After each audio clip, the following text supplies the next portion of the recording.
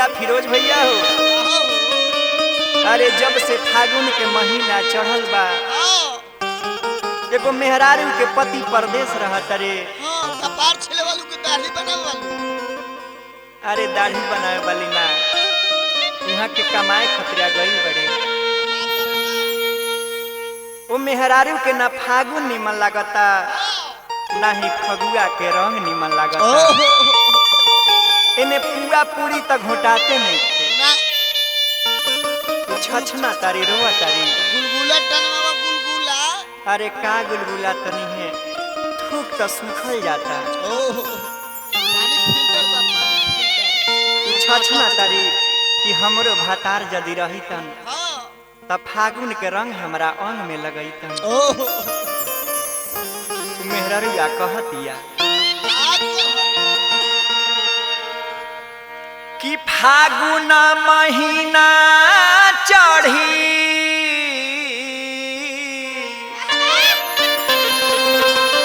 गईले रे पियावा घरे नहीं आइले आइबो ना करियो कि घरे नहीं आइले पियावा फोन मोना कइले। सनी भैया हो ए बलजीत भैया कि घरे नहीं आइले पियावा फोन मोना कइले। अरे चढ़ली जवानी माटी कइले रे जोरे पूरा पियावा घरे नहीं आइले। अरे फागुन महीना चढ़ी गइले रे पियावा घरे नहीं आइले।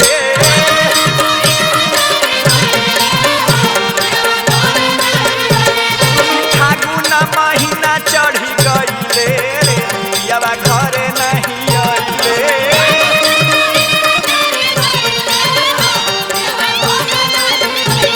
अरे घरे नहीं आइले पियावा फोना मोना कइले। घरे नहीं आइले पियावा फोना मोना कइले। चढ़ली जवानी माटी कइले रे पियावा घरे नहीं आइले।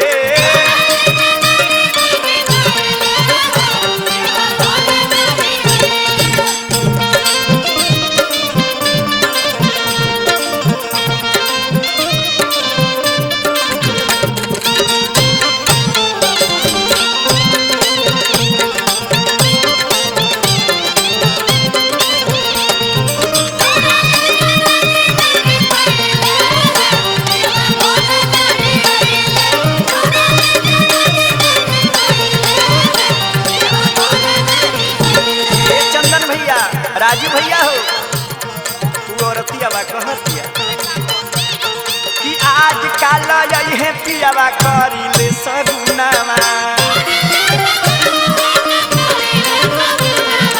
असरे में बीत जाई पूरा हो महीनावा। अरे आज काल यही पियावा करिले सगुनावा असरे में बीत जाई पूरा वो महीना। अरे होलिया के दिन नियर आइले रे पियावा घरे नहीं आइले।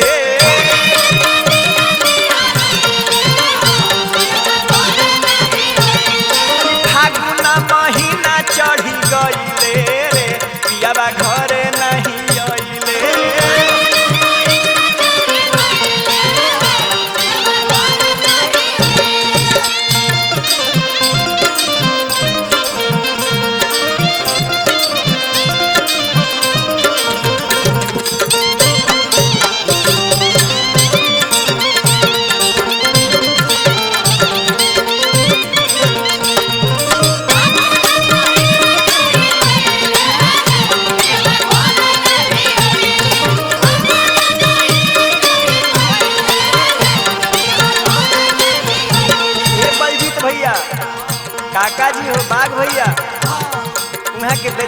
शगुन करावत तरी कहत तरी कि टोला परोसा सके पिया चली अइले अरे मोर राजा जाके काला काता में भूलइले टोला परोसा सके पिया चली अइले मोर राजा जाके काले काता में भूलइले अरे कामना सबतिया पर लो भइले रे पियावा घरे नहीं अइले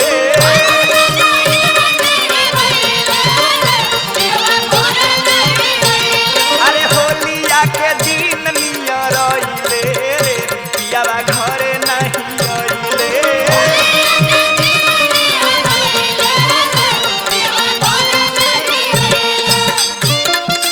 एने सनियो भैया आइल बा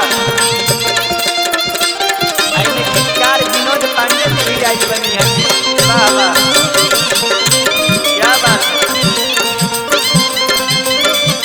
है लागल रह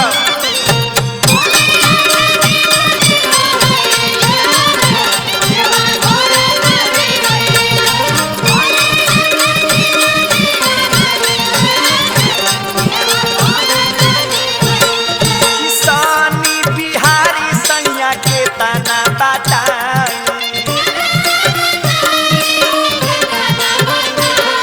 अरे कसम समान होता कमन दवा खाई किसानी बिहारी पवन के तना बताई कसम समान होता कमन दवा खाई अरे राहुल उदैया जुल्म कइले रे पियावा घरे नहीं